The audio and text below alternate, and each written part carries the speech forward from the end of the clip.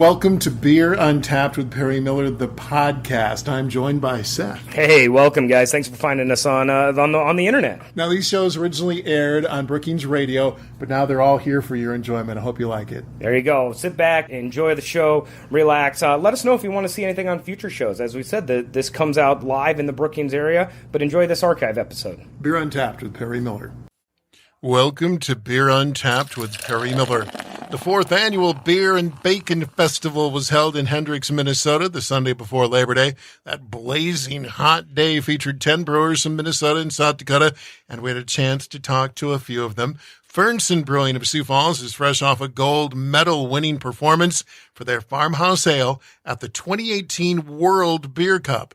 Brett Federal is South Dakota and Southwest Minnesota marketing manager for Fernson Brewing, and he was pouring beers at the Beer and Bacon Fest. That World Beer Cup gold medal is awesome to have, not only for us, but the state in general. I think so many people look down on South Dakota for its beer production, and to be able to have, a gold medal for the state is incredible.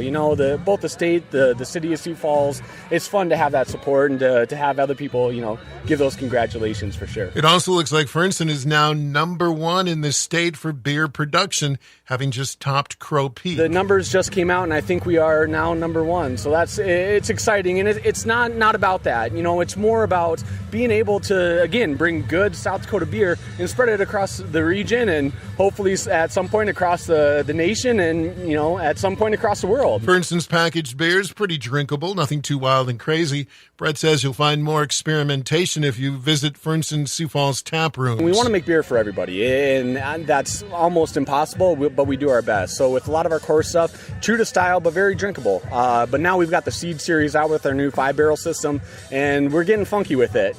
Blake is back there, and Derek as well, just really trying to push the envelope, doing a lot of hazy IPAs. We just did a lactose saison that is just phenomenal, and just want to push the envelope a little bit. We'll have more on Beer and Bacon Fest, and we'll also check in with Wooden Legs when Beer Untapped continues.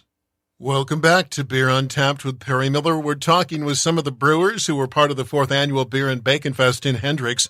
Talking Waters Brewing of Montevideo, Minnesota, a very small brew pub making some very good beers. Nick Patton is co-owner and head brewer. He says they've started packaging and distributing beers faster than they ever expected. Going really well for us. We're growing a lot faster than we had originally anticipated. Having fun as we do it, though. Getting beer out into smaller packages, so doing a little bit more distribution. Originally, our game plan was to get most of our beer out of the tap room, but being able to get our beer to people outside of Montevideo has been kind of nice. So getting beer into 16-ounce cans, and then picking up keg accounts in restaurants and bars and things like that has been pretty beneficial for us. Their first canned beer, a cream ale called Farmer's Tan. We're saying that nothing says a Minnesota summer like a Farmer's Tan, and I think a lot of people can relate to that. And so hopefully it can become a beer that really represents rural Minnesota well.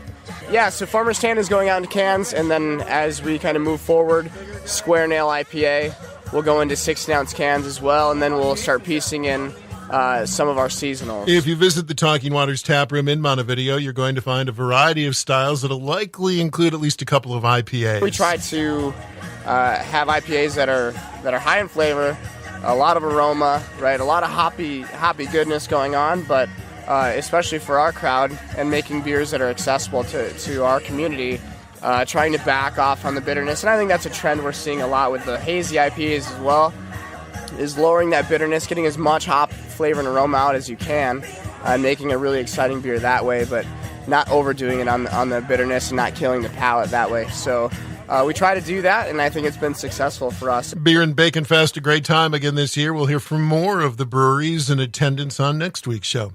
Now let's stop by Wooden Legs Brewing of Brookings. Seth Cook says they're now serving the latest in their Pub Keep series of beers from Pub Keep. Jenna, Indubitably, is an IPA with lemon and orange peel, big on citrus, low on the bitter. When the Pub Keeps receive their beer server certification through the Cicerone Institute, we allow them to design their own beer, and they get to design it to their specifications, and we work with them. And it's a really exciting project because it gives them a chance to learn more about the brewery, to learn more about the process, and also gives us some opportunity to explore some of the fringe or some of the edges of what people want to make. And I guess what's kind of cool about this one is this is the first time that we've used hops all of the hops exclusively that were grown locally here. So we've used dry hops before, and we've used small amounts of hops or even large amounts of hops in our beers that are grown locally.